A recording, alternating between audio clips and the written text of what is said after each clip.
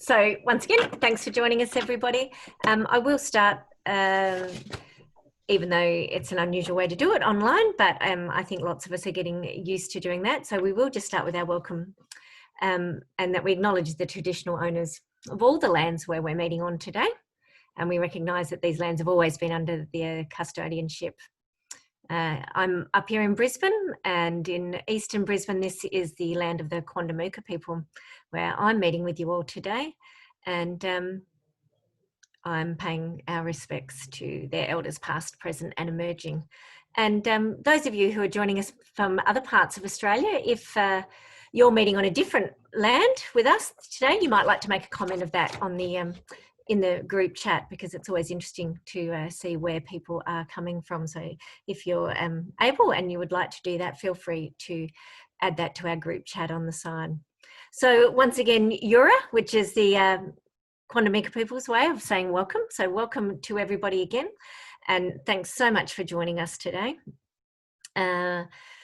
Last time we looked this morning, we did have over 50 people actually had registered to join us today, but we've got a little bit less than that who've actually logged in at this stage. But it was great to see such a diverse range of people. And I suppose that's been one of the bonuses of our 2020 situation, that while we can't meet in person, which has always been a nice way to do things, it does open it up to be able to have people from all sorts of places. So we did notice this morning that we had 3 people from overseas had registered. So we've got someone joining us from Egypt, from the UAE, and we even had someone from Singapore, Pip Harry, but I think she's had to pull out at this stage. We've got lots of people from Queensland, obviously, but we've also got people from all around Australia, New South Wales, South Australia, Victoria, WA people. So welcome in particular to everyone who's joined us from away as well. We, of course, love the support of our Queensland members, but it's fantastic to have other people joining us as well. Also, just quickly there, I'll say thank you to those people who offered a donation as part of it. Was a free event today, but there was the option there to donate. And I just wanted to let you know that this year, the Queensland branch, we're using those donations to go towards, during book week, we're sending some authors out to some disadvantaged areas and some disadvantaged schools that may not have had an author visit. In fact, some of the schools that we've approached, people there can't remember the last time that they had an author visit to their school. So we're enabling that happening this year. So your donations will be going towards the funding for that. And of course, that's going to happen in book week, which is now, of course, in October. So Jen, if we can move on to the next slide, we are here with our judges today. And of course, we want to say thank you very much to our judges who have joined us. Our judges, I think, all met in, okay, so here's the books that were entered. On this first slide here is telling us there was 517 unique book titles entered into the awards this year. Interesting when you look at the figures down the side, very large numbers in picture books and early childhood, slightly less in younger reader, and the older readers and the Eve Pownell are on those lower sides. And there's the award for the new illustrator as well. And that's a relatively smaller number. So quite a few entries this year. And so the judges that we've got joining us today, if we want to head to that next slide, Jen. Oh, other way.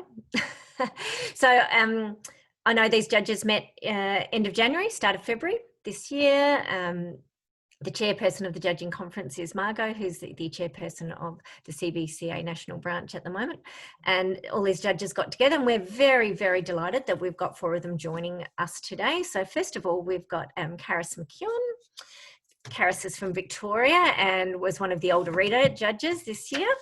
A little bit of background on Karys. She's a library manager at both Paran High School and Richmond High. She's originally from Western Australia, so there you go. She's got a bit of a foot in both camps, I'm sure.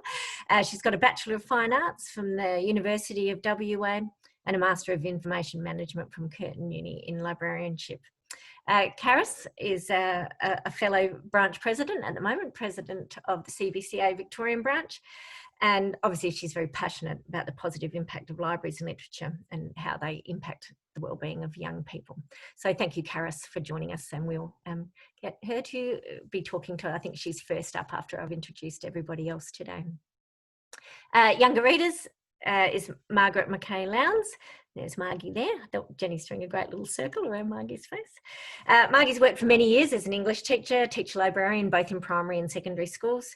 And now she's semi-retired, I do believe, but still doing a bit of relief teaching on a number of schools in her local area, which she's still loving, enjoying talking to children about books and their reading. She participates in the Last Tuesday Children's Book Club, which is a discussion group consisting of retired TLs and aspiring writers who enjoy keeping up with books. She's got a Bachelor of Arts in English and History and a Master of Ed in Teacher Librarianship. So thank you, Margie, one of our Queensland judges. So it's great to have her on board today as well. Early childhood, Sandi Parsons from WA, all the way over there, is joining us. Thanks so much, Sandi, for being with us today. Tells me that Sandi lives and breathes stories as a reader and a writer and a storyteller. She spent 18 years working in educational libraries, and she's got a diploma in library and information studies. She's served on the West Australian Young Readers Book Award Committee. She's a critique coordinator for the Australia West region of the Society for Children's Books, Writers and Illustrators, SQUIBI. Some of you would know of that. She's obviously passionate about diversity in storytelling and engaging readers with stories. She believes that a teetering stack of books is waiting to be read. It should be part of every household. And last of all, joining us today, Nette Hilton. And Nettie's from New South Wales, and Nettie is going to be talking to us today about the picture book category and the new illustrators. And Nettie probably doesn't need much introduction to many people. It's almost like a children's literature royalty name here in Australia. So she's an author of children's and YA literature. She's been writing for 30 years. She holds Bachelor of Ed. Has been taught primary school for 40 years. Continues to work in publishing as an author and an emerging illustrator. During her time, she's written over 100 books ranging from preschools to adults, and her work's been recognised by the CBCA Book of the Year Awards, both on the notable and the shortlists. The New South Wales Premiers Awards, the Queensland Premiers Awards, and the Prime Minister's Literary Awards. And her books have been translated and are available worldwide, with 2 titles still in print after 29 years. She's been a judge for the Senior Poetry in the Dorothy McKellar National Poetry Competition, and she's twice worked as a judge for the New South Wales Premier Awards, the Younger Reader Judge for the CBCA, and she's still participating often in writers' festivals and literature events. So thank you very much to our 4 judges for giving up their time today. I'm sure everyone who's logged in is really appreciating that. And we are going to start today with Karys, who is our getting us linked off with the older readers. Just before we start, these were some of the themes that CBCA, the national branch, really identified from all the judges, that the general themes that maybe came through in lots of the entries this year and across all the areas. So as you can see there, relationships, science, humour, families, diverse cultural backgrounds, and I'm sure some of these themes the judges will touch on for us today. Can I just remind you, as our judges are talking, we had a couple of people send in questions before today, but our judges are really keen to answer anyone's individual questions that you might have. So as our judges are speaking today, or even if you just think of something, please feel free to add it into the chat room, and I'll try and keep my eye on that and break in and get our judges to respond to anything that you might be thinking of. And some of them might be general questions, some of them might be things pertinent for a particular category or a particular judge. So, you know, anything that you would like to add, anyone there, feel free. I will quickly say the notables list this year each category had 20 books on it this year, but there is looking at being maybe a change for that in the future, and as part of the national awards, we are now looking at saying, I think the number has now been changed to maybe up to 20%, which when you can see those numbers that were added in, you know, very large numbers in picture book and early childhood, and you know, less than half the same number in the panel information books, does seem to make sense maybe to go with more a percentage rather than a definite figure. So it still says that stays that with the shortlist, I think judges, they then choose up to 6, but moving forward now, the notables list will be up to 20% of the entries that were added. And I think I will hand over to Karys, if that's okay. Thanks, Karys. Great, thank you so much, Claire. And I didn't know I was going to be participating in a Queensland judges talk when I became a judge. So even though obviously we're going through some really difficult times, little silver lining is that our judges talks are online and we can all participate from around the country. So thank you so much for having me in Queensland. It's really, really great to be here. So I am an older readers judge. One of the questions that I saw from one of the participants was about trends. So one of the biggest trends we actually found in the older readers category this year in terms of books that were submitted was really angry teenage boys, and angry teenage boys that had a reason to be angry. It wasn't really, you know, I think adults tend to dismiss the feelings of teenagers a lot of the time, but the boys in a lot of the books that were submitted in the YA category last year were angry because they were victims of domestic abuse or suffering through poverty or different disabilities. It was a rough time for our teenage boys in literature the past 12 months. So I would like to start with one book on the shortlist that sort of did fit that trend. It did have a fairly disenfranchised young man in it, but it is also a book that came with plenty of hope as well. So even though there are some really heavy topics in this book, The Boy Who Steals Houses, which is, I don't know why I'm holding it up because it's on your screen right now. The Boy Who Steals Houses by C.G. Drews follows the story of a young boy and his brother who, through different circumstances, have been living with an aunt and then are unable to live with the aunt anymore, so they become homeless. And what they do is they sort of squat in different people's houses while those families are away on vacation. What follows is a difficult story in lots of ways. It does cover things like poverty, and the young brother is on the autism spectrum. There's some really, really difficult things in there, but it's a very warm, also it's got some lovely moments of humor throughout the book. There's a love story. You can see on the front cover it says the girl who steals his heart. It's a really, really beautiful book, and the reason that we chose it for the shortlist was because it did stand out among the books that did look into the plight of young teenage men in Australia. It was a really emotional, complex, but ultimately a book that was filled with a lot of warmth.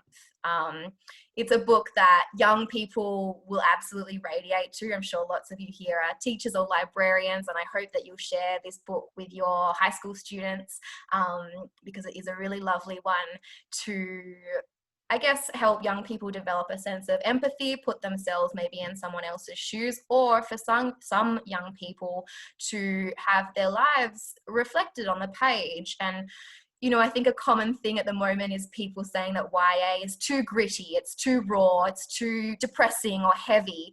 But I think YA is reflecting a lot of the lives of our teenagers. And, you know, as long as you're able to offer trigger warnings if there's any students that might be a little bit triggered by some of those topics, I think this is a really, really great book to get into the hands of all teenagers. To be honest, it's a book that could be great across the whole age range, to be honest. So I'll move on from that one, unless I've got the chat open. I can see there's a few comments, but maybe not any questions. The next one is How It Feels to Float. Again, this is one that certainly needs to come with some trigger warnings.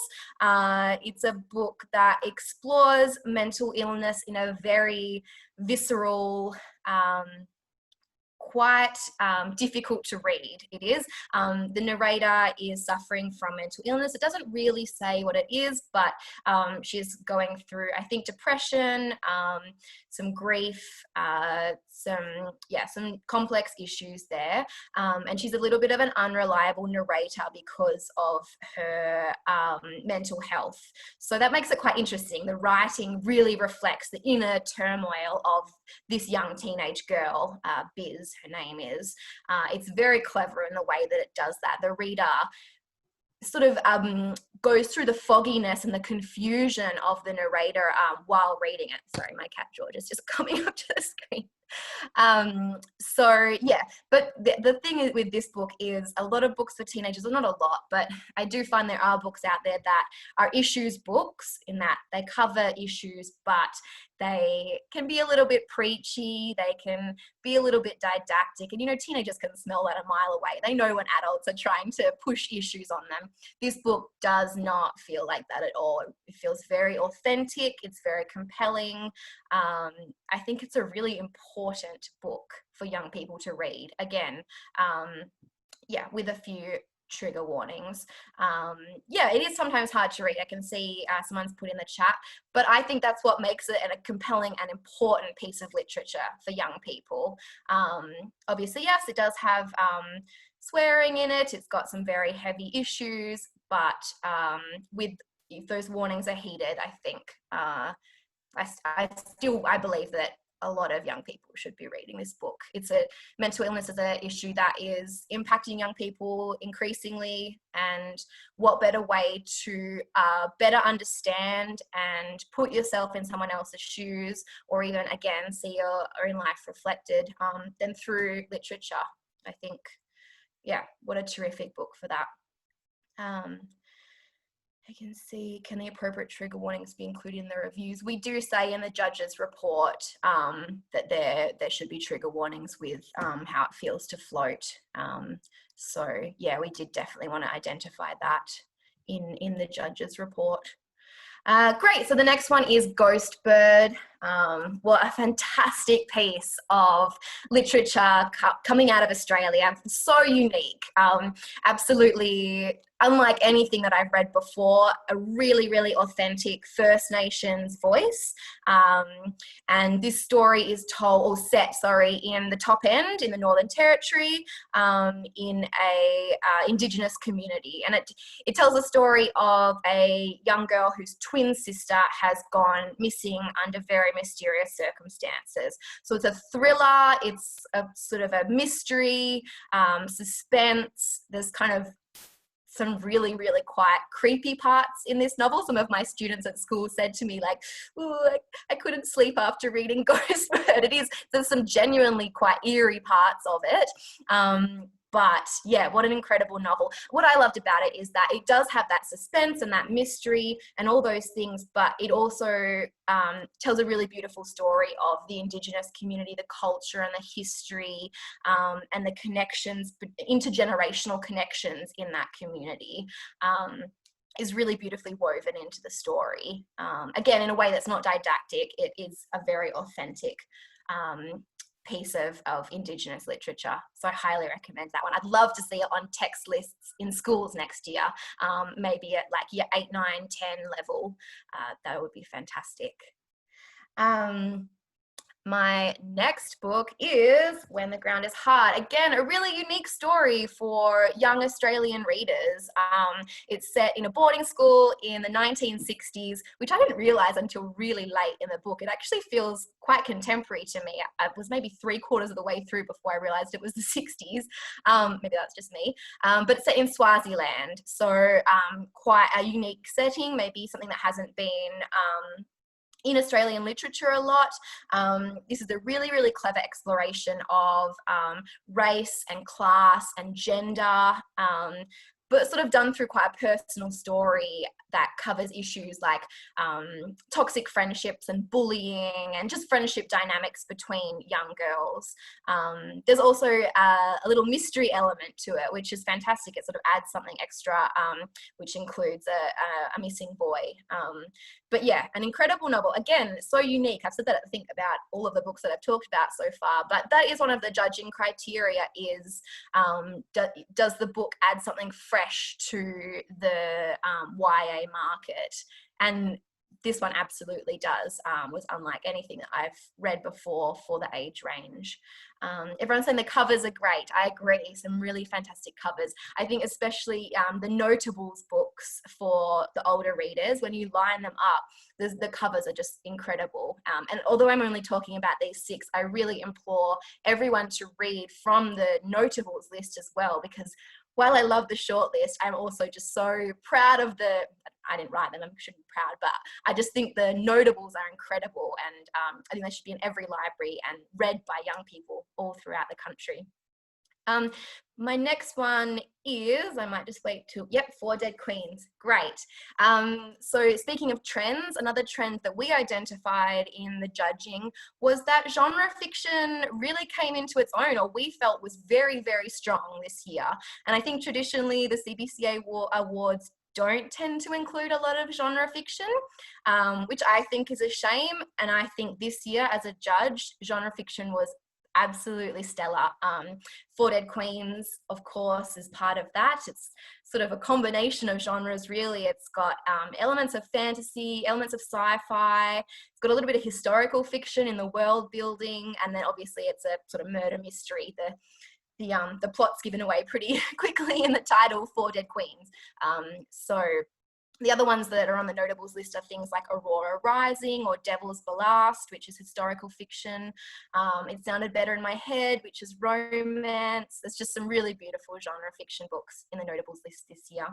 But Four Dead Queens really stood out to us as exceptional world building. The world that Astrid creates in this novel is so encompassing, absolutely perfect for escapism, especially right now. Look, the world isn't a great place if you want to escape into a piece of literature. This is a really good one. The way that the novel plays with time is incredible. The non-linear structure be really perfect to talk about with young people about how novels can play with time and the structure of fiction.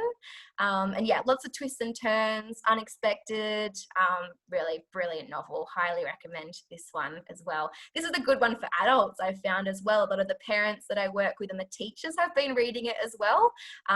So yeah, there's that one. And then the final one on my list is This Is How We Change the Ending by Vicky Wakefield. Vicky is, she's an incredible author, but this book is just a real standout. Again, it fits into that trend that I was talking about the angry, angsty teenage boys with good reason to be angry. Nate, the main character in this, has been dealt a really rough hand in life. And the way he is written, that main character, it's a real character-driven novel.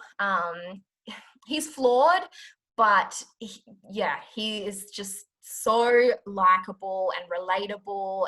And again, I talked about young people jumping in other people's shoes. This is such a fantastic book to help young people develop a sense of empathy.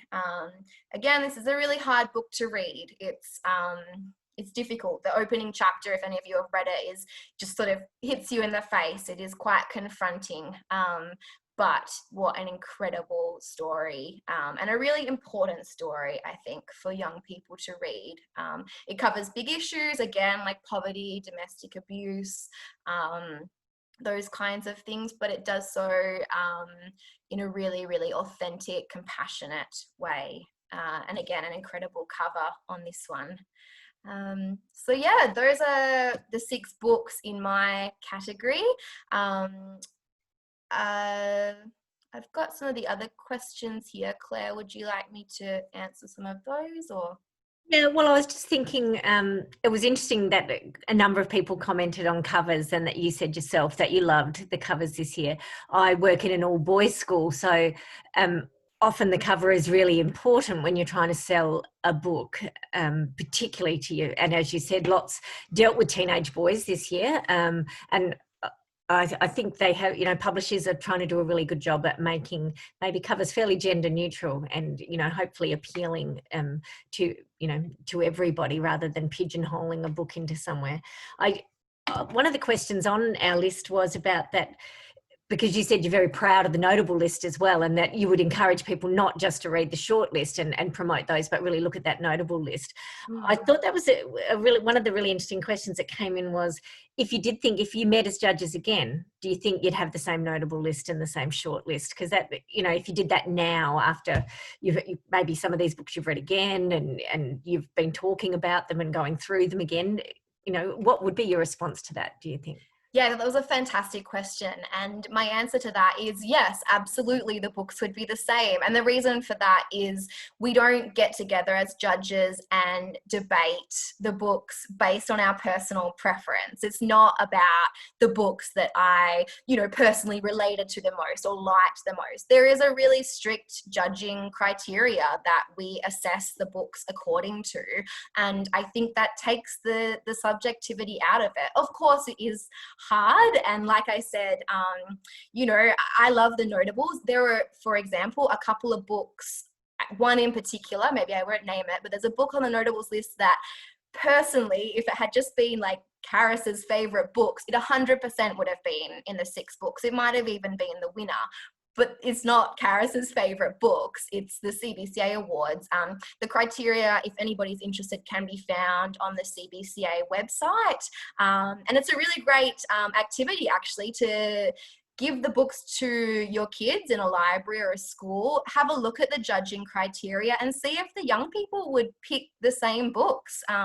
In Victoria, we're doing a shadow judging program at the moment to do just that. And I think that's a really interesting exercise because, yeah, the judging is meant to be according to the criteria, not according to anybody's personal preference. So I have high hopes that if we did get together this weekend, because we all chose these books based on the criteria, we would choose the same ones again. That's sort of I also my hope anyway. The question about how much time do you spend on this? Obviously, I know, and we've got various judges here. Interesting, obviously it's a lot longer and more involved to read an OR book than it is to look at the picture book maybe or the early childhood, even though you're still applying criteria, all your judges. So I thought that was interesting. If we've got people who are thinking maybe they could be you one day, what is the time involved?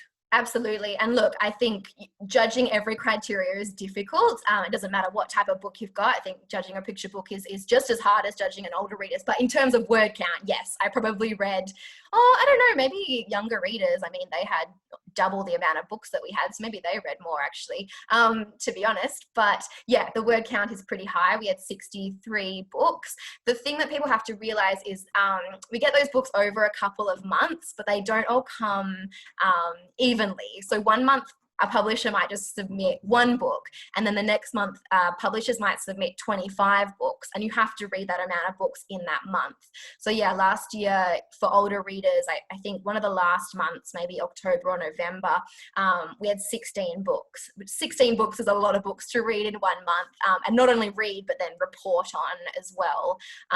So yeah, that's probably something to take into consideration. I mean, only a few years ago, the judges used to read across every category. I can't even imagine doing that. One category was enough for me. But in saying that, I mean, I work in a high school, so I probably would have read most of these books anyway for my professional development. And obviously, if you work in a school, in a library, or as an English teacher, you are probably reading a lot anyway. So take that into consideration.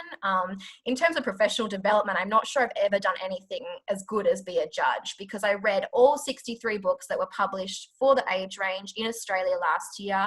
I identified the trends. I was so much more confident to speak to my students, to do readers advisory, to join book clubs and join English classes. I think it was, yeah, by far the best piece of professional development that I've ever done. Great. Thanks, Karys. And thanks so much for your insights there. That was fabulous. And I've not quite got to the whole older reader list yet to read, but I'm really keen to get through them, and particularly after listening to you speak today. So thank you so much, Claire. Appreciate it. Okay, we're now moving on to younger reader, and that is Margie from Queensland. So here we go. Hopefully Margie's... I have to say, Karys, that was a really brilliant talk. I feel like you're a hard act to follow. You're so enthusiastic about all of the books. It was really great to listen to you. Thank you for joining us. Yes, I'm talking about the younger readers, and there they all are, the beautiful younger reader books.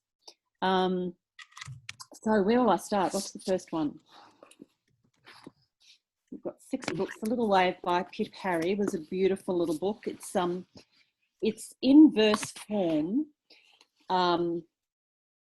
told by 3 different characters who all have a very distinct voice. And I was having another read of it this morning, just looking at their different voices, and I noticed something that I hadn't noticed before, and that is that with the verse, there is actually a different rhythm in the verse for each character.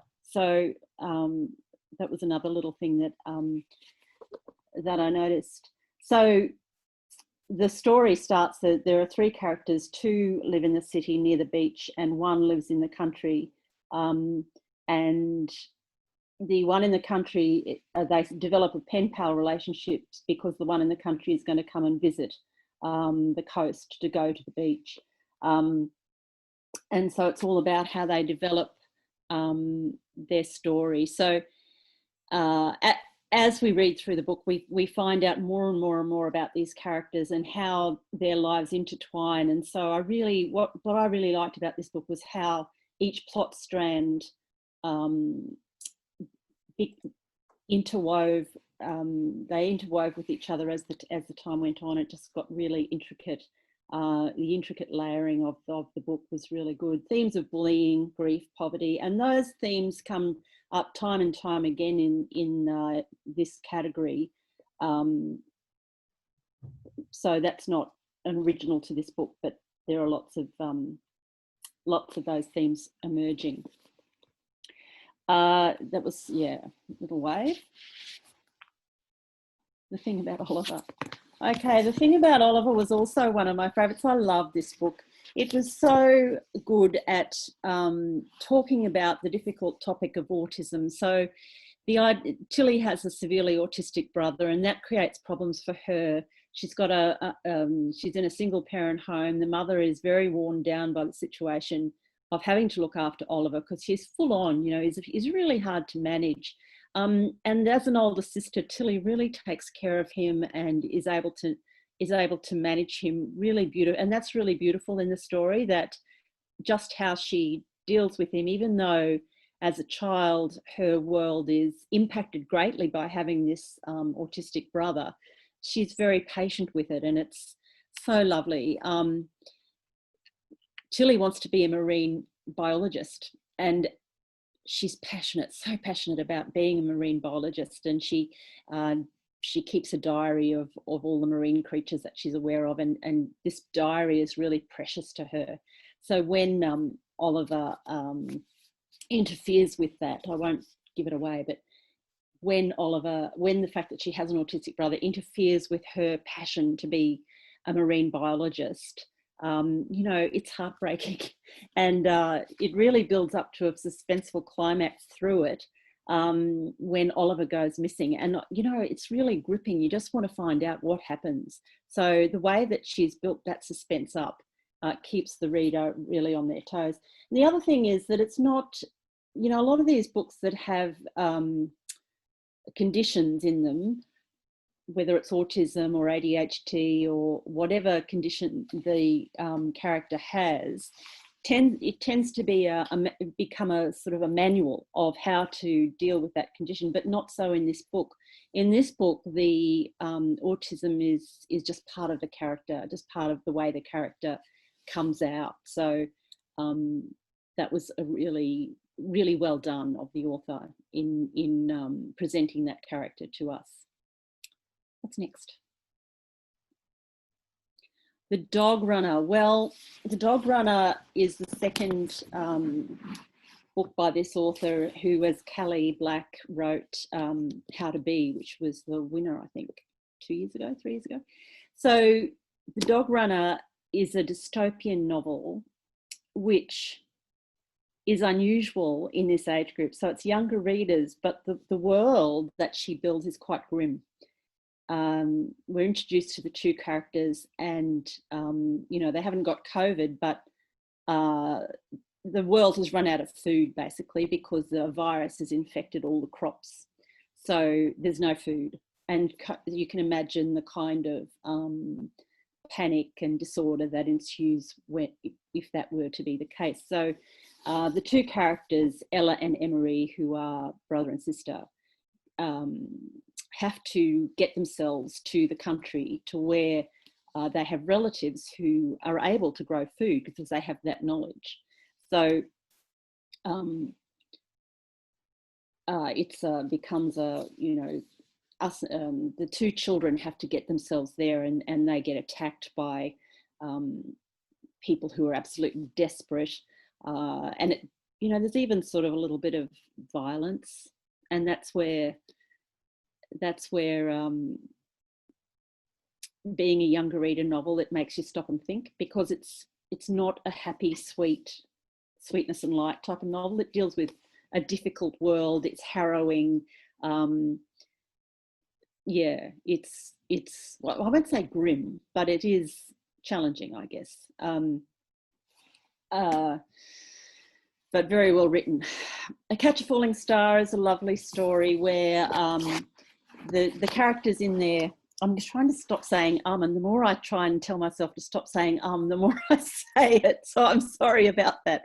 In Catch a Falling Star, it's set in Western Australia, and they're waiting for the Skylab to fall from the earth, which is actually a thing. Skylab actually did fall from the earth in 1979, and Western Australia is such a suitable place for that to happen, because, you know, they have that vast expanse.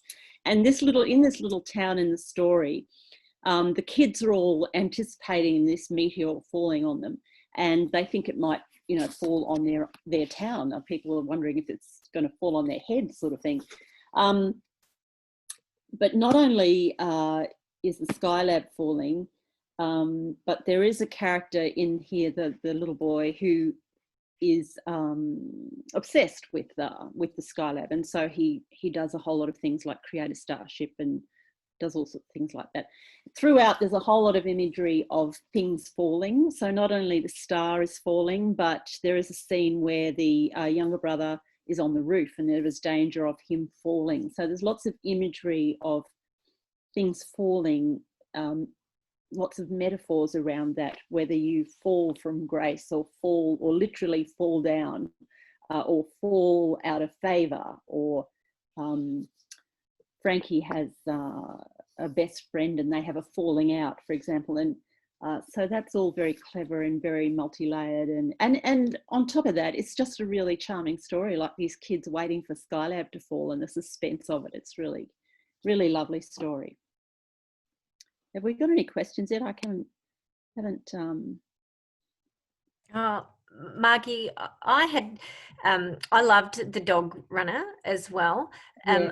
I was just saying, do you think it was touch and go whether that was in that YR category or whether it may have been moved up into OR with that grimness of it, and, you know, that touch of violence sometimes, and that desperation? I mean, there is desperation in that book, and there is a lot of desperation. At one point, the children are held at gunpoint. I tend to think that children self-censor. If they're reading something too grim, my belief is that they'll put it down.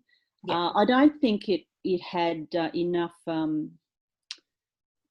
grimness to bump it up, and the characters in it are young, so that, you know, the Ella and Emery are 10, 12, and I think, I'm not sure if Karys would agree, but usually when the characters are that young, it's kind of pitched at a younger audience. I'm not sure that teenagers would be interested in reading a story about 10-year-olds, for example.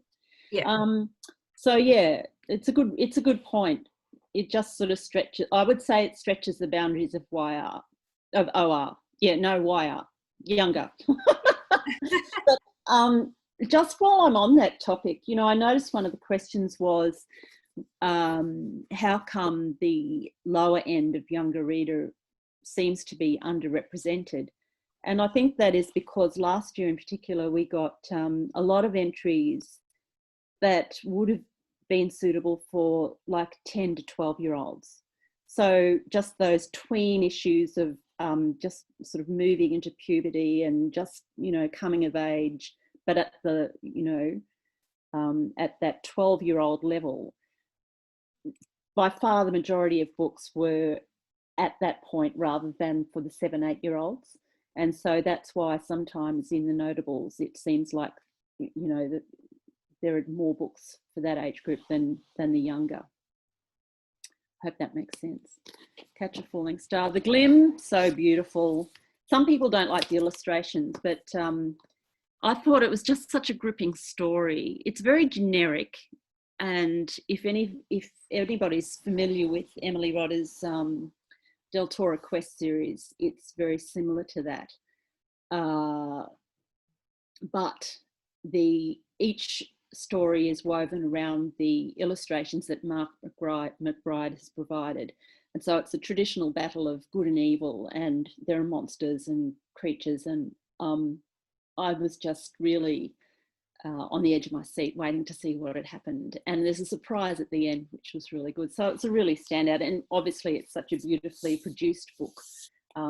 It's a real standout. So that was lovely.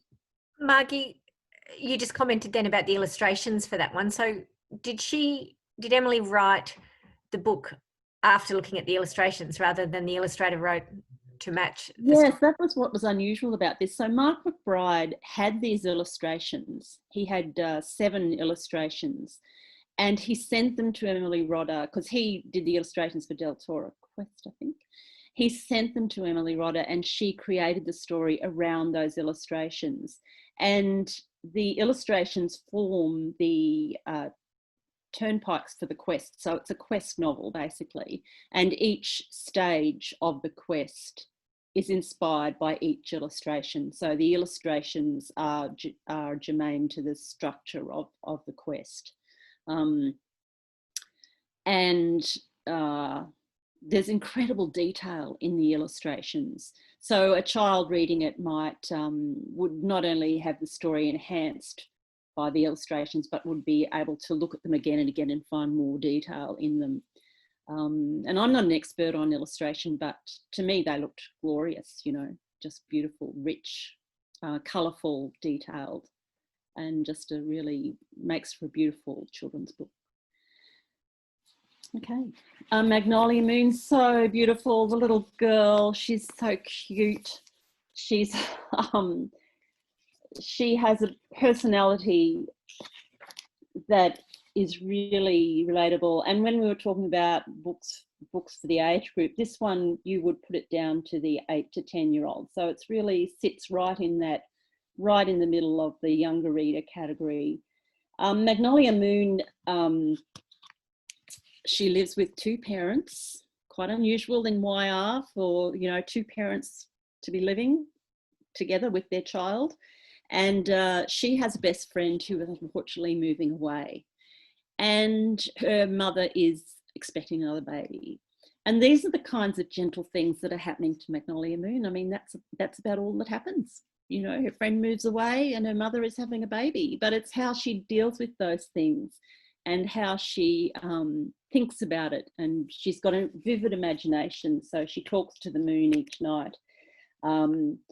She hangs upside down on the clothesline with her friend, and she talks to the staircase. So the staircase in the house has a personality too. So when the staircase creaks, she imagines that it's making a noise. It's having a conversation with her. So it's just oozes charm, and it's just a gorgeous little story. It's just lovely. Yes. And as the younger reader book, I think this is, it's good to see this kind of book being pitched to that. And the other thought I had about why there aren't that many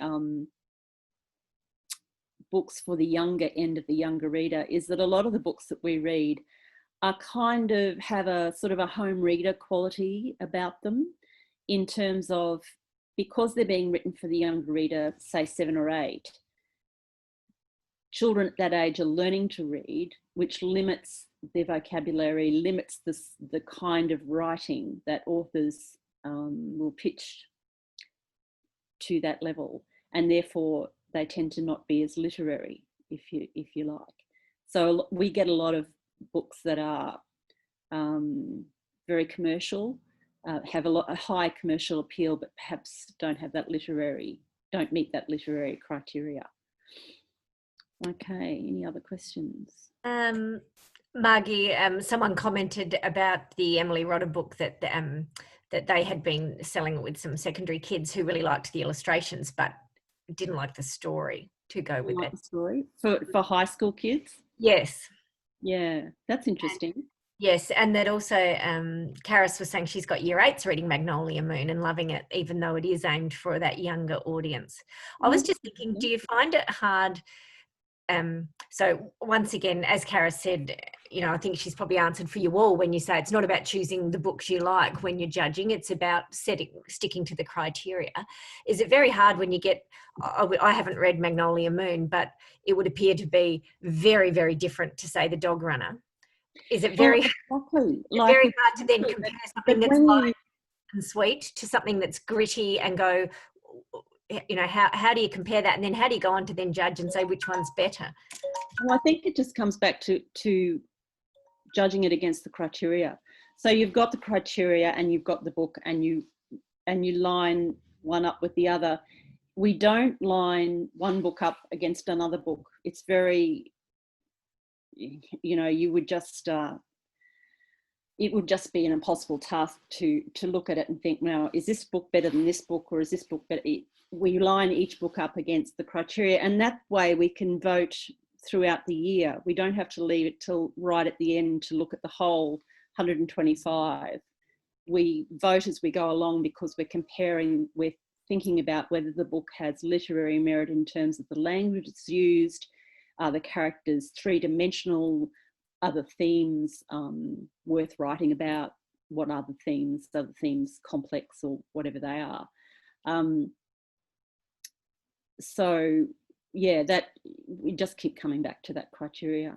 And sometimes it's very difficult to put your own kind of personal attraction to a book on the shelf, for example, and come back to that literary quality. But the more you do it, the more you get used to it.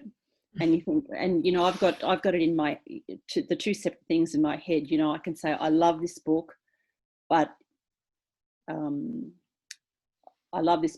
it's not as well written as this book, for example. So it's just separating those two things in your head. Right. No, that's great. Thank you, Margie. Some great insights there as well. And once again, there's a couple there I haven't read, so I will need to get onto that before October. Just very quickly, Karys, you might go back to you, because Zulan had just commented, and I know you sort of half answered it in the chat, but Zulan commented, everyone, that there obviously seemed to be that trend of very gritty in the YA, in the older readers category. And is that because the judging panel chose those, or was that a trend throughout? Do you think our culture and the way life is demanding that? Are publishers publishing more things that are gritty? Where do they think that comes from? I don't think this is the first year that's had gritty YA in the shortlist by any means. I think, there's been gritty YA in the shortlist for at least a couple of years now. It does seem to be, as I said before, I think publishers are publishing more gritty YA literature because it reflects some of the lives of our young people. I do think it's interesting, that debate whether a book has to cover heavy issues to be taken seriously. And I personally don't believe that at all. There's nothing in the criteria that says, is this book serious or not? The CBCA conference last year was about humorous books to bring more attention to a different style of book. So maybe there's sort of been a trend of more serious books being taken more seriously. But I just don't think a book has to be gritty or serious to be on this list. And the fact that we have included quite a bit of genre fiction this year, I think is, reflective of the fact that there are some romance novels and some fantasy and some sci-fi that aren't super serious, but still have literary merit and still tick all of the boxes on that criteria in terms of characterization and setting and fresh perspectives and production. So I think that's a really interesting debate, and something that probably happens in adult book awards as well. It's not too often you see like a romance book or a humorous book win awards, and I think that's an interesting thing to talk about. I'd just like to add that I'd love to see more humour in the younger readers category. One of the books that sticks out to me from the notables is The Wondrous Woober Gymnastics Club, which was just hilarious. And humour can be so difficult to write. So, you know, just because it's humorous doesn't mean it can't make it onto the list for sure, Karys. Yeah, totally agree. Walter's Wondrous Woober Gymnastics Club, something like that. Look it up. Thanks again, Margie. Now moving forward to our early childhood and Sandi from WA. Hi everyone. So I just wanted to say first off, thank you to Queensland for having me. So I'm sort of moonlighting as a Queensland judge for a little bit. The early childhood category, one of the questions we got asked was we had 5 out of 6 of the shortlist books that featured animals. And was this a trend? And of the over 130 books, we had more than 70 that featured an animal or had an animal character, or like when Billy was a dog, had a pet in it. So I think that just relates to the fact that the age group itself that it's pitched at, the animals are so attractive. And of course, the anthropomorphism is such a way to explore those feelings and a way to show scary things in a not so scary light by using teddies or other animals. So yeah, that was my answer for that one. I don't think there was any other questions specific to me, was there, Claire? Okay, cool. So moving right along, if we want to have a little chat about the book, We're Stuck. And that's probably a really good example of we're stuck in the lift. It had all of the different animals, but if you'd done that with human characters, it probably would have been a little bit distressing for a child, but it becomes this fun place where you've got all these animals and it goes from this frightening, scary situation to we're pretty much having a birthday party. The pictures themselves were just delightful for this book. And the way that it dealt with the anxiety issue was just such a reassuring way. And it brought in the community in a way that was positive, and hopefully it would make some of the little kids look around and see who their neighbours are and maybe what did they do, and ask those sort of questions. So next on the list we have One Runaway Rabbit. This is just a delightful book that is just so jam-packed with visual literacy. One of the ways I like to use the book is I'll have the classroom teacher behind me so she can't see the illustrations, and get the kids to describe what they're actually seeing. And of course we get to this page here and everyone in the audience gasps, and the teacher behind is like, what's going on, what's going on? And getting them to describe in their words. So, and of course then when you get to the funny page where our little rabbit is hiding as a gnome, the kids are just in chuckles and fits. And it takes quite a while for them to describe what they're seeing, but it's a way of empowering them through story, because they can add their own details through these illustrations, and they might not be able to read as well, but they can draw richly on these visuals to describe what they're seeing. The use of the 3 words on each page too was quite unique. I think there's only 24 words in total on the story. And of course it's set at night, but it's not scary because of the way it's been drawn. What's next? Again, this is another example of using your anthropomorphism to address a topic where we're looking at sharing, we're looking at bullying, and we're looking what happens when someone comes into, in this case, it is the bat comes into the Poss's neighbourhood and he's causing a kerfuffle. It's very relatable because that's what could happen in the child's playground, in their family. But again, it's done in that non-scary way, using the animals as a situation, and the way that the animals handle the situation, and that they use their teamwork, and then they invite the bat back in to be part of this little tree community. Is another great book about community and trees. So yeah, that was a great one. And I think that was her debut book as well too. When Billy Was a Dog. Lots of great humour in this one. It's also very relatable because there's lots of children who want pets. So you've got your humour, you've got Billy running around. When I read it, I often get the kids and they will do the woof woof in the Billy speech back to me. The humour is portrayed both through the text and through the illustrations. There's a little bit of subtle adult humour too, when Billy goes to cock his leg on the way to the park. And some of the kids get that, but it's one of those things, it makes it easy for adults when they're reading, because they've got something else that's just for that, you know, when you're reading that same story over and over again, there's little adult jokes in there, and that makes this one really good too. Obviously, the issues of owning a pet are complex, but this unique desire of wanting a pet, that's just something that many young children have. What have we got up next? Fred.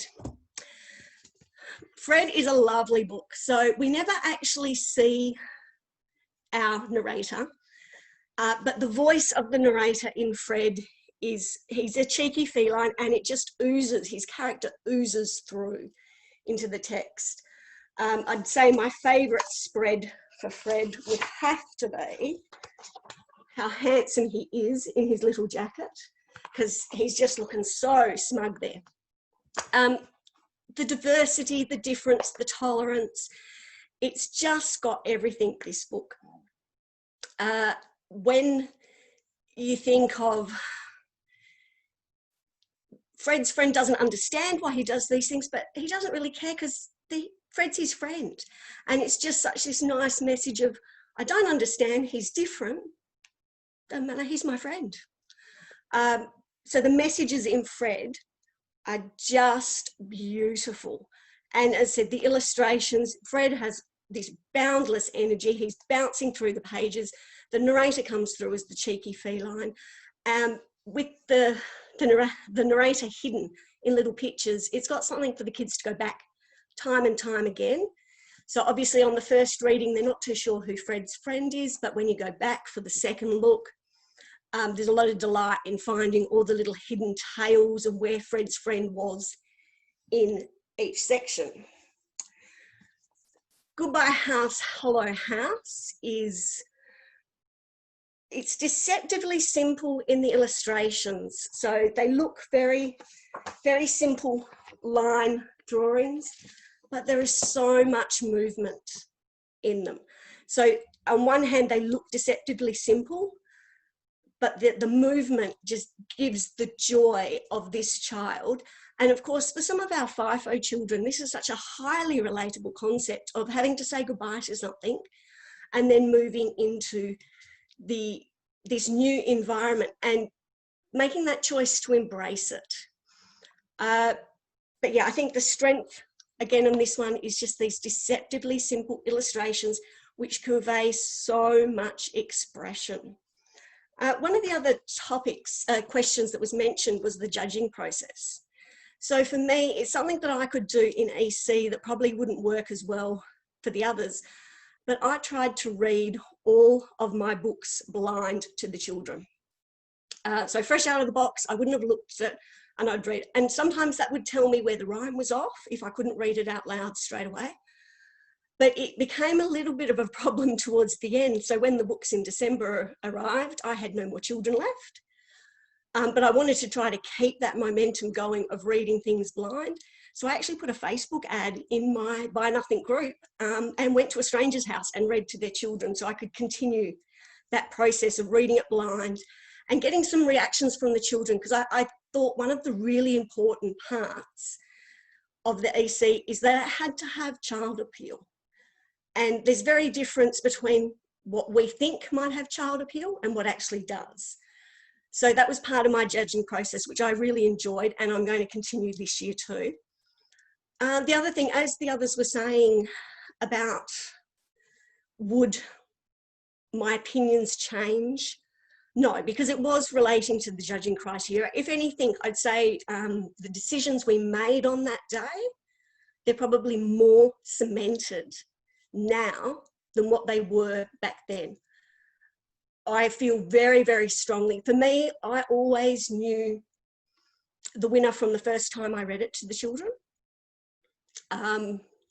It was like, as an author, publishers always say to you, oh, we don't know what it is, but we know it when I see it. So this book ticked all the boxes for the literary criteria, but it had something just that little bit special. There was just that little bit special that you can't define, and that's why this particular book has ended up being the winner over the others. So all of them tick the boxes, but sometimes there's that undefinable thing, and I don't think my opinion has changed in any way. And as Karys was saying too, there's a book on the list I don't like, but I can appreciate how much literary merit is in there, and that is why it is in there. It's because it's not my list. It's a list based on the judging criteria.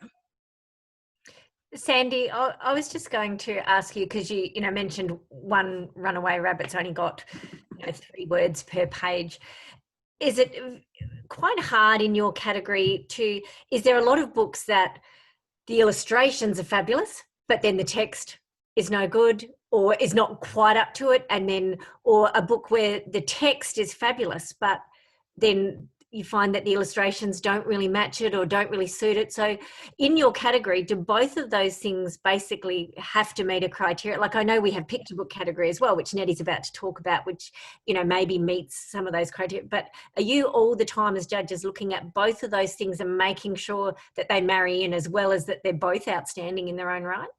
Absolutely. So we would have a lot where sometimes the placement of the text just wasn't in the right spot to go with the illustrations, and there were so many books that could have made it with just some little tinkers of their final design to help them carry them over that line. More often than not, it was the words that let the story down, and again, reading blind out loud to someone is when you could find those imbalances in the rhythm, where it just maybe needed a little bit of a tighter edit. So they were like so close and they just didn't quite get over the line. And a lot of times the design too is, again, you could see if the text had been a bit bigger, if it had been placed a little bit differently on the page, it could have been a whole different outcome for that particular book. So yeah, the text and the words, illustrations, both were so important in the EC category. Okay, that's really interesting. So therefore, I mean, then that's a lot of publishing decision, isn't it? That's not author or illustrator making those decisions. That's the publisher maybe not getting that book over the line or getting that over the line. Yeah, so just it cemented for me, particularly as an author, how important that layout was. I can remember there is a lovely book that we all loved, but the way that the book has been designed, the words are actually in the wrong spot. So you were attracted immediately to the words, neglecting the picture on the other page. Right. Okay. So yeah, that was a big part of a lot of our criteria, and a lot of our elimination came down to book layout. There's a question that's just come in from Louise, but I might leave that at the end because it does relate to all of you. So I think, Sandi, if that's it for you at the moment, we might move on to Nettie, who is going to give us a fairly concise get-together because she's going to cover picture books, which leads in beautifully from that, and of course, a new illustrator as well. Thanks, Nettie. Okay, hi. I'm just going to, can you hear me okay? Because I'm just looking at a picture here.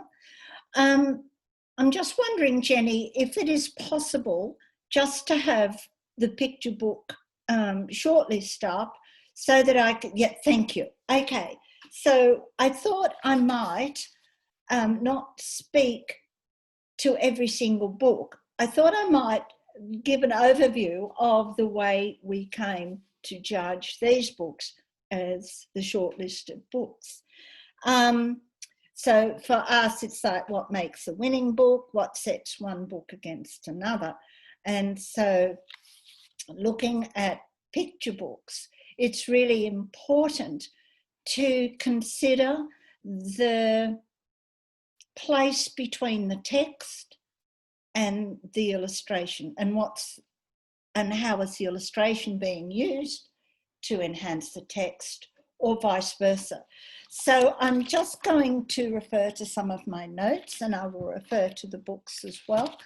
But a lot of what happens in picture books is an absolutely huge understatement with the text. And so you need to be able to look further into the book to find what else is there that you need to know. So the picture books this year have covered an incredible range of themes. And I think one of the things that stood out for me was that there were many books written in verse, which is a bit of a mixed blessing, because quite often, if the book's written in verse, you need really to have a good understanding of how the illustration is going to work with that rhyme. So the illustration can be at the end of the predictable rhyme, and so when you turn the page, you go, oh, wow, this is what I expected. Or it might be, as with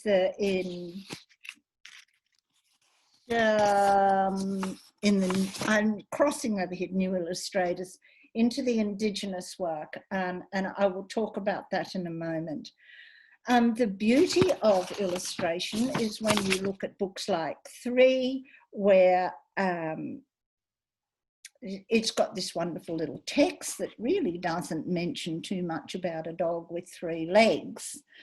It's an accepted reality for that dog, that he has 3 legs. So part of the journey is looking at the things that have got another amount of legs. I'm just looking here from there.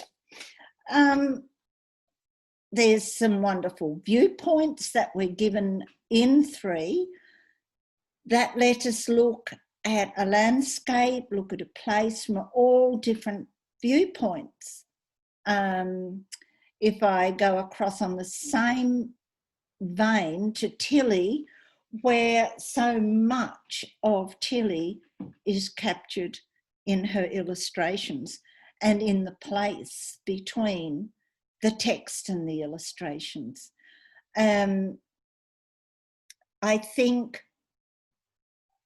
it's important to remember that picture books are often written to be read aloud. So the place of end papers is a predictor to what might be in there that's going to pull your eye in or make you wonder about what's going to happen in this book become very important. Font becomes very important, and the right font chosen for the reader to be able to read it as a performance, because if you're reading a picture book, actually it probably is a performance. I'm just going to again draw your attention to maybe Hello Lighthouse to illustrate how important the illustrations are in using the shape of a lighthouse to tell that story. Again, with Nop, you've got a whole different range of colours there, suggesting a different mood, suggesting a different movement to the book.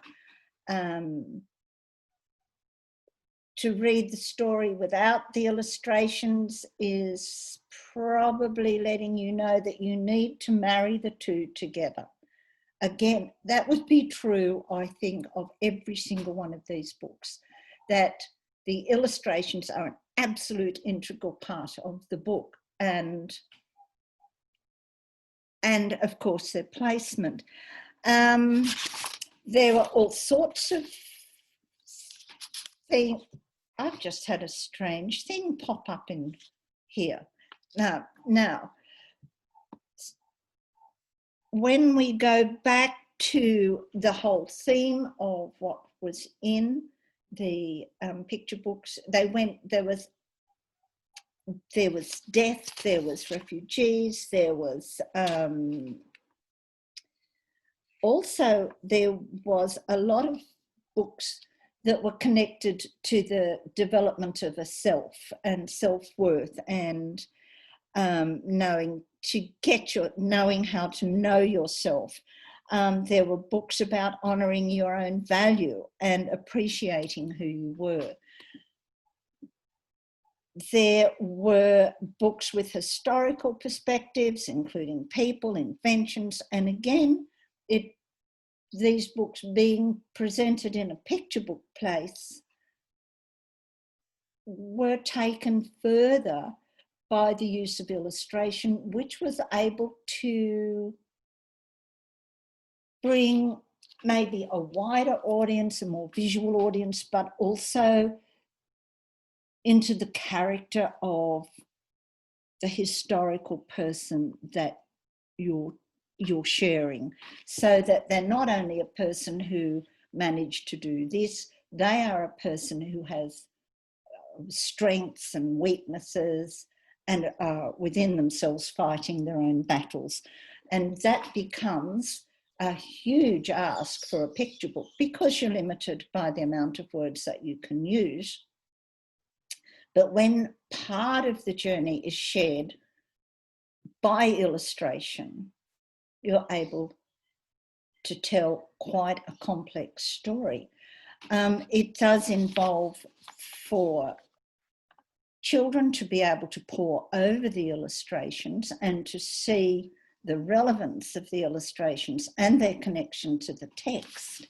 And I think that's partly what makes for a literary picture book, in that sometimes you've really got to look quite deeply into the picture book to find out, really what was the illustrator's intention, what was the author's intention, how did they share the journey, how successful were they? And again, there is the place of editing, of good editing, of someone who is able to go, well, what we've got here is a text where you've left an illustrator know where to go. So for new illustrators who are and new writers, it's important to know those little things. And they're the things that you need to be familiar with if you're going to set off on the picture book journey. Some picture books definitely need a reflective illustrations. So you're going to be able to predict your text by looking at the illustration. That doesn't necessarily make them a literary work, but it's also a necessity for emerging readers. And I don't know that picture books are only for emergent readers. Picture books should be far beyond that. And of course, A Good Son is far beyond that. It's a picture book for the older readers in this category. Again, I think it would be possible to have quite an in-depth conversation about knock and what does that really mean and what is the connection to that illustration at the end. Why was that chosen? Why do you think this is the creature that is chosen? What really is Nop's journey about? There's all of those answers are there in the illustration. I think, again, with Chris McKinney, there's this gorgeous craziness in this book, but it says such a lot, and there's a lot to talk about in it. Tilly, again, is quite a deep exploration of personality, of treasure, of moving forward. And it's important to be able to grasp that as the intention of a picture book. While there's a really great place for a picture book just to be the journey of, I have a dog and a picture of a dog. It could be more fun if that text goes, I have a dog and there's a picture of a cat. Yeah. Because Eddie, I might get you to move on to New Illustrator as well now, or because we are going to run out of time soon. Okay, and now again, advance to the New Illustrator slide. Yes, please.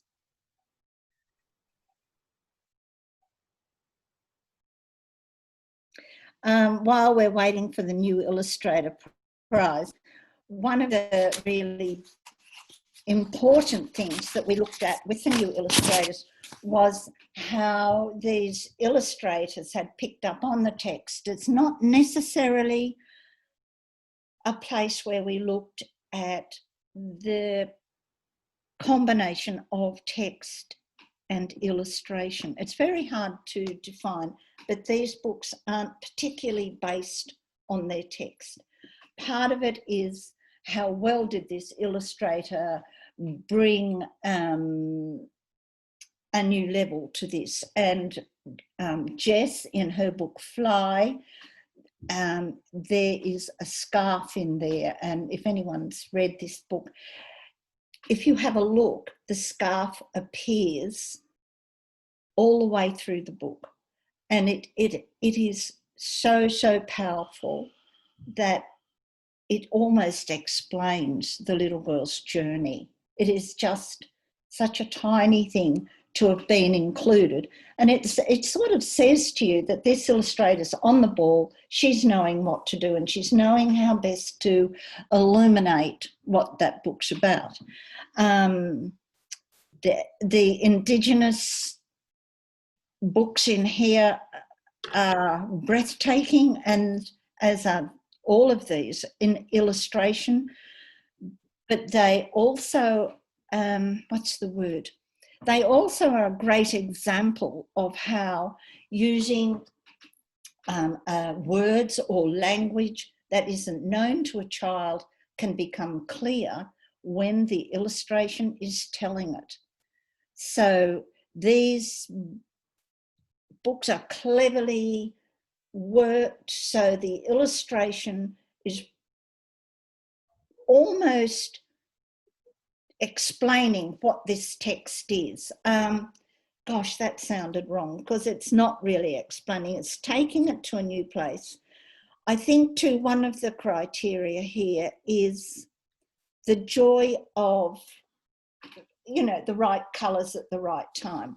Looking at the book Paperboy, each page is its own work of art, its own art piece. This is true of all of them, but in this one in particular, and as you look at it as a whole, there you have the narrative just weaving its way through and brought to you in a completely different way. One of the other things that I think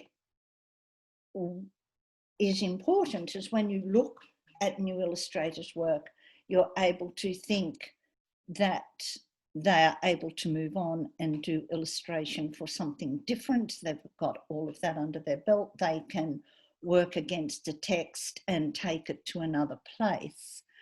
I'm wondering, I can probably respond better to questions if anyone wanted to ask me some questions about this.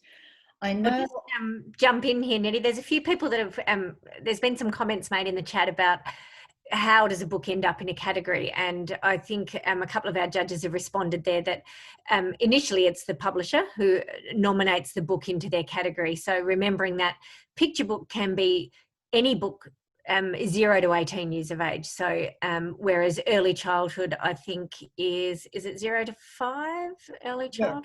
Yeah. Yes. So that's our timer.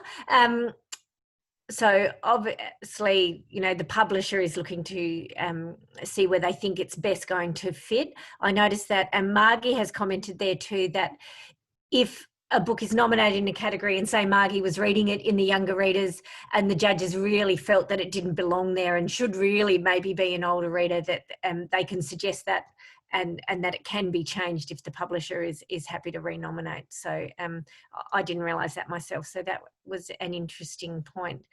There was one question about Hello Lighthouse from the picture book category, Nettie, about the fact that it actually won the Caldecott Medal, which is the US Children's Lit Medal last year, which the Caldecott Medal states it's got to be for books that have got you know, have been published in the States, that have got citizen or resident of the United States. So how did that get into our Australian awards if that won a US award? I know, I remember that we all questioned that, and the questions go back to the publisher, and the publisher reassures us that the book fits the bill, basically. So they're the ones that come in there. I had a check of this because I was a bit curious about this. I checked back on the CBCA website, and as long as the book is published in Australia and is available through an Australian distributor between 1st of January and 30th of December, then it's eligible. So it's not the nationality of the author that's really the point. It's whether or not it's available published and available in Australia that decides its eligibility. So I thought that, you know, I keep forgetting that too. That's interesting. Yeah. Yeah, I know the bottom line for us was what came back from the publisher. And Nettie, just very quickly too, just one last one before we get to a bit of a wrap up. There was a comment about the fact that in those new illustrators, there's 3 Indigenous representations there. Is that a bit of a trend? Was there a number? Was there even more than that? Do you think that's? Oh, yes, yeah, there was. There was a bigger number of Indigenous books, and I'm just trying to think back because I was judging for a couple of years, and I think this year there were more, but there were more books that, like these 3, are certainly very powerful, and they certainly fit criteria. Yeah, they do. But there were more Indigenous books.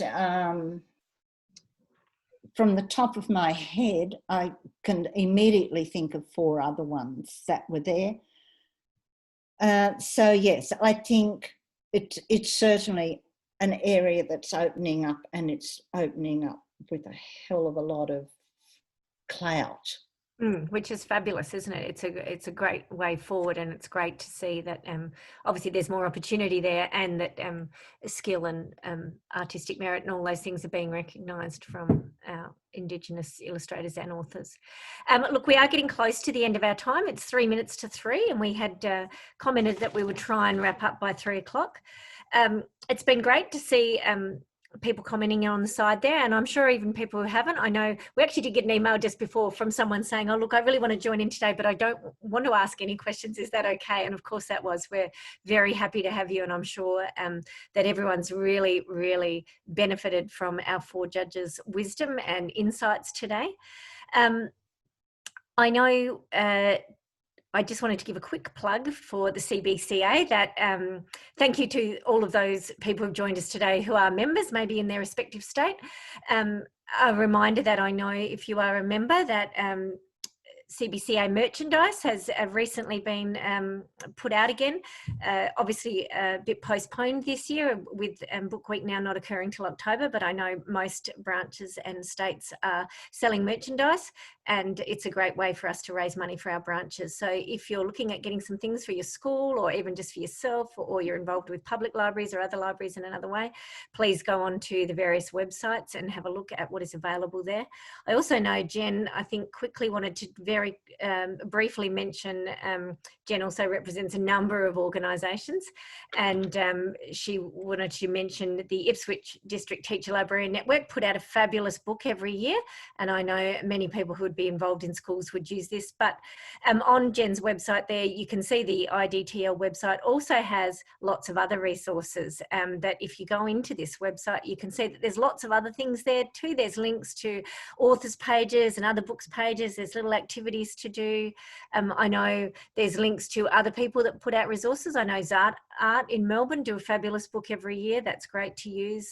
And there's lots of free things here as well. The CBCA national website again has put out some free activities that are available this year. Jen, did you want to add anything else to that? I'll mute myself. I think that we've linked to it all pretty well up here. So in this section, all the other resources that I find, I just keep adding them in there. Then there's this little puzzle from our cover of our book that can be done, and it links to a 20-piece and a 40-piece jigsaw. There's a Curious Creatures song that someone wrote specifically for Book Week, and there is a recording of it. So that's free for you to download and play. And these other things are all, some of them are linked back to our book, but some of them are just extra things. For example, these bookmarks that somebody's designed, it's free for you to just go in and download them. And there's information about sharing the books during the COVID time, what the different publishers have said, what you can and can't do. And then for each section of the books, I've got links out to the author, the illustrator, the publisher, and any teacher's tips or teacher's notes or resources that I found. And then if we've had things submitted that we haven't been able to fit into our book, these are the extra pages here that you can just download and use for free. That's fabulous. Thanks, Jen. Okay. Lots of really positive comments on the side. So thank you so much to everyone for joining in today. And there was a quick question, just one more thing. Oh, about the judges' comments. I actually thought they didn't come up until Book Week, but I think Karys has said that you can get into the judges' notes on the CBCA website now. And as someone else commented, as a teacher, I think doing something like this and going in and looking at those resources makes your presentation of these books to kids so much better and so much more detailed, and you're able to, you know, hopefully really put the right book into the right person's hand. And that's why we're here. I think, you know, that's our core business, is making sure that we're promoting that literacy and giving children and young adults a lifelong love of literacy by finding them things that, you know, are the right fit for them. So I'm not sure if so the official report doesn't come out until Book Week. Thanks, Karys. But so there is notes on there at the moment, I think, but the actual final report, and I suppose which then leads to why, maybe a little bit more about why things actually made it to the shortlist, and maybe the winners and the honour books, what made them get those awards. I was intrigued, Sandi. I'm very keen to see what the winner was, with you mentioning the fact that you thought one was a real standout, and that one made it very clearly in there for you, and obviously the other judges as well. So thank you very much for everyone joining us today. Once again, thanks to those people who contributed to our author visit to our disadvantaged schools that CBCA Queensland are running this year. And we hope that everyone has a very successful, albeit postponed, Book Week. Gives us more time to make sure that we're really planning fabulous things this year. Thanks again to our judges, Nette, Karys, Sandi and Margie. We really appreciate your time given freely this afternoon. It's very much appreciated. And thanks to all those people who joined in. And thanks, Jen, for running in the background. And we will see you all again, maybe next year in person or maybe online again. If everybody wants to unmute themselves and turn on their video and just give us all a little wave and say hi, that's perfectly fine now at this point of time. Hello, everyone. Hello, Jen. I'm unmuted. I can't see anyone else though. Jenny, Janice is just asking if money can still be donated. Oh, actually, did you mention that the money that we received? Yeah, you talked about that. Oh, okay. Yeah, I'm not sure how you make a donation to CBCA outside of that. Talk to the treasurer. Maybe we'll put something up on our website. Yeah, it would be good.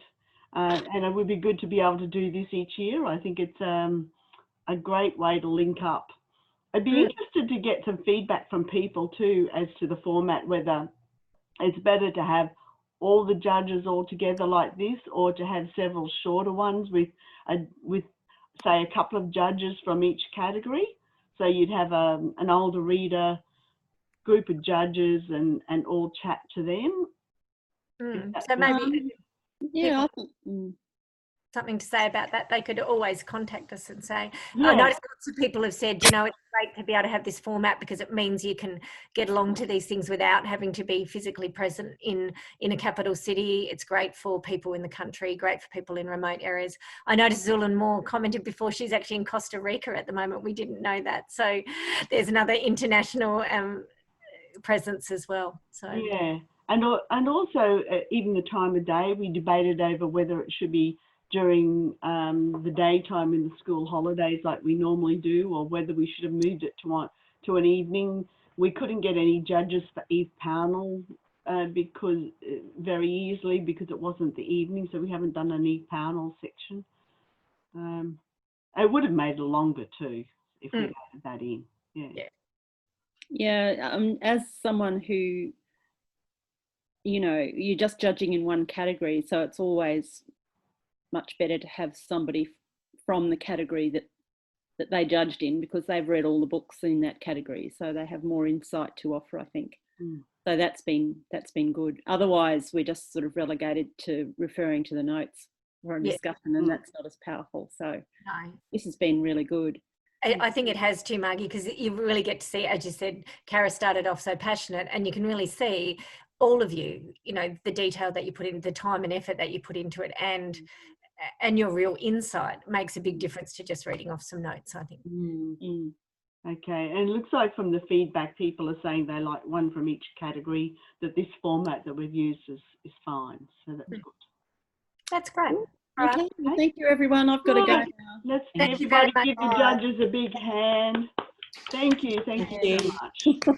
And I shall end this meeting. We are going now. Bye, Nettie. Thanks. Great to see everybody.